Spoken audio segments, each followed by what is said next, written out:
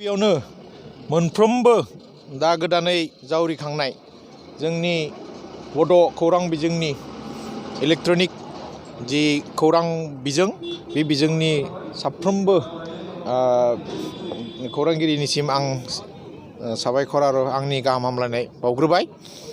बे 59थि बर' थुनलाइ आफादनि बे खैराबारि दावहारु फोथाराव जानाय जथुम्माया मोनसे गेदेर जारिमिनारि जथुम्मा हिसाबै खुंजाबाय। मानोना बेयाव भारतनि मोनफ्रोमबो हादरसानि सोनाब बंग हादरसा, मेघालया, अरुणाचल, बेबायदिनो त्रिपुराखौ लाफानानै बांलादेशनि बड' हारिनि गेदेमा बिथांमोन आरो नेपाल हादरनि नेपाल बड' मेचे साहित्य सभा आरो नेपाल मेचे समाज सिबियारि आफादनि दैदेनगिरिजों लोगोसे आथिखाल नेपाल हादरखौ खुंग्रा हानजानि बयनिख्रुइ मानिनां आरो गोग्गाथाव नायल' जाल' सासेल' आइजो बर' MP मिसेस कुमारी मेचे मेडामा जोंनि गेजेराव गसंफैदों। दान्दिसे उनावनो बिथाङा जोंनि गेजेराव बिबुंथि लाखिगोन। दा बे मोनसे जारिमिनारि बे जथुम्मानि गेजेरजों दिनै बर'फोरा दिन्थिबाय जे मुलुगाव थानाय बर'आ खौसे। जोंनि गेजेराव राव, हारिमु, थुनलाइ, सोदोमस्रिखौ लानानै मुलुग दरबाराव मोनसे गेरेमसा गेदेर बर' हारि दानो थाखाय बड'फा उपेन्द्र ब्रह्मआ जा जोंनो मोनसे बोसोनथि होलांदोंमोन, बे बोसोनथिखौ जोङो दिनै मावफुंनो हाबाय होननानै बर' थुनलाइ आफादनि गेजेरजों जोङो बुंनो सानो। लोगोसे जोङो बुंनो लुबैयो जे भारत संबिजितनि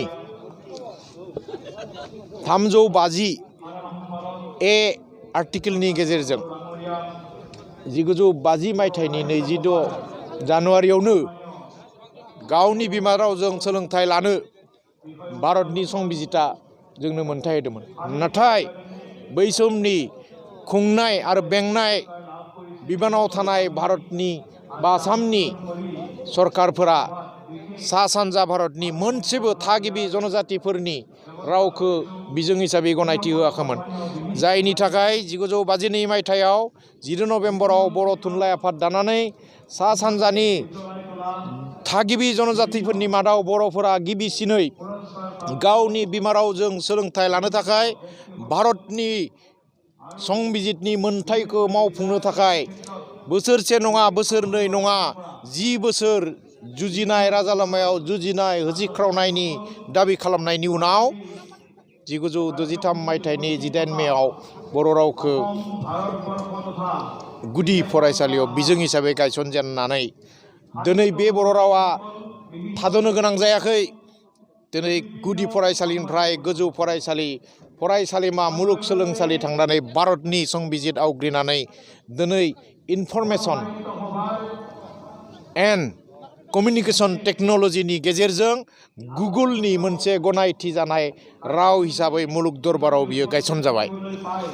बे रावा दिनै जोङो सेकेन्डसेनि गेजेरावनो आं बेयाव जि बुंदो बेखौ मुलुगनि बर'फोरा बा गुबुनफोरा खोनासंनो हानाय जाबाय, नुनो हानाय जाबाय। बे जोंनि थाखाय जोबोद गोग्गाथाव आरो बिनि थाखाय जों गोसोखांनांगोन बर' थुनलाइ आफादनि गायसनगिरि आफादगिरि डिमासा फोलेरनि बड' फोलेरनि डिमासा फोलेरनि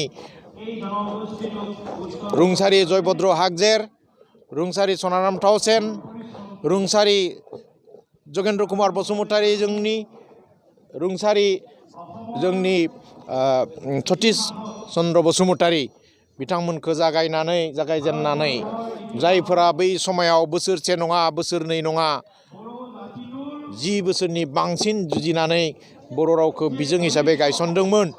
आरो बिथांमोना सानाखैमोन बिथांमोना थांना थानाय समावनो बर' रावा भारत संबिजितनि 90 फारियाव थिसनजानानै बियो मुलुगनि मोनसे दानि इनफरमेशन टेक्न'लजिनि गनायथि मोनजानाय राव जागोन होननानै सानाखैमोन। गोबाङानो जोंखौ सिगिदोंमोन जे ग्लबेलाइजेसन फैबाय, इंराजि रावा साग्लोबजोबगोन, बर' नङा असमिया राव बबिन्न रावा गोमाजोबगोन होनदोंमोन। नाथाय जोङो ग्लबेलाइजेसनजों जों मनग्लाब जायाखै।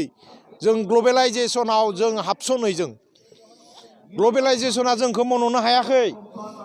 जोङो इलेक्ट्रनिक मिडियानि गेजेरजों इनफरमेशन टेक्न'लजिनि गेजेरजों मुलुग दरबाराव दिन्थिनो हादों जे भारत हादरनि आसाम बड'लेण्डआव बड' होननाय मोनसे हारि दङ, जाय हारिया गावनि राव थुनलाइ हारिमु सोदोमस्रिखौ गोम गोम फोथांना लाखिनानै मोनसे हारि हिसाबै गसंथानानै थांनानै दं।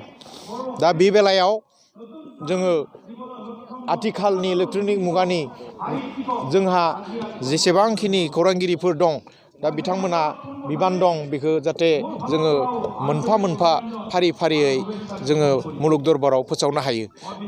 आरो आं मोनसेखौ बुंबावनो नागिरदों जे दिनै गंसे नङा गंनै नङा गंबा मुलुगसोलोंसालियाव बर' रावा MA थाखोसिम बिफान हिसाबै गनायथि जाबाय। बे गंबा मुलुगसोलोंसालि, गुवाहाटी मुलुगसोलोंसालि, बड'लेण्ड मुलुगसोलोंसालि, डिब्रुगड़ मुलुगसोलोंसालि, कटन मुलुगसोलोंसालियाल' माने आइडलनि गेजेरजों जायफोर प्रफेसार, जायफोर बिजिरसंगिरि दङ, रिसार्च स्कलार दङ, बिथांमोना बिश्वनि मुलुगनि गुबुन गुबुन मुलुगसोलोंसालियाव थांनानै बर' रावनि फोसावनाय, बिनि बिजिरसंनायनि थाखाय गुबुन हादरारि माने पण्डितफोरनि खाथियाव बर' रावनि गासैबो माने आखु आरो बिनि जौगानायखौ दिन्थिनायनि सम फैबाय। आरो बे बिबाना बर' थुनलाइ आफादनिल' नङा, बे बिबाना साफ्रोमबो मुलुगसोलोंसालिनि प्रफेसार, जायफोर बर' बिफानाव खामानि मावना दङ, जायफोर रिसार्च स्कलार दङ, बिथांमोननि बिबान होननानै जों सानो।